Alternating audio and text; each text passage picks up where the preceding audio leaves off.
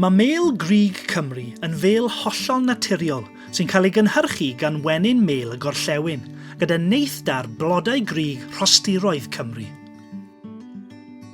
Welsh heather honey is a distinctive product, unique amongst honeys that can be produced here in the UK. The honey itself is really unusual. It's a thixotropic honey, a gel-like honey, which when you stir it, it turns liquid and then it sets again.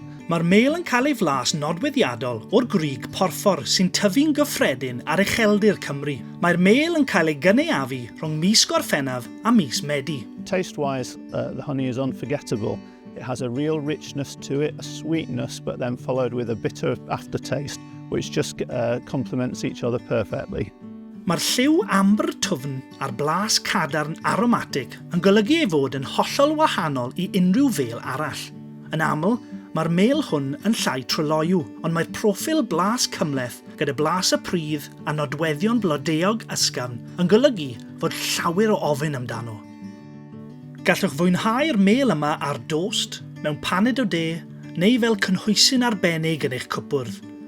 Mae mêl grug Cymru yn cynnig blas go iawn ar Gymru, ac mae pob llwyad yn eich cludo I rostiroedd gwyllt naturiol ein gwlad. For some time now, honey producers across the UK have been calling for greater traceability and transparency to the honey products that are available to consumers.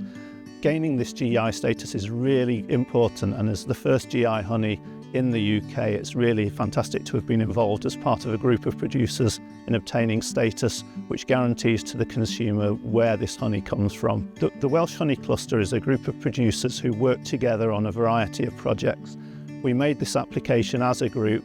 It's great that Welsh heather honey is part of the family of GI products across Wales, and it'll be really interesting to see how we might link up with producers of other GI products to actually think about how we can use this honey as an ingredient within other food products, as well as a wonderful food in itself.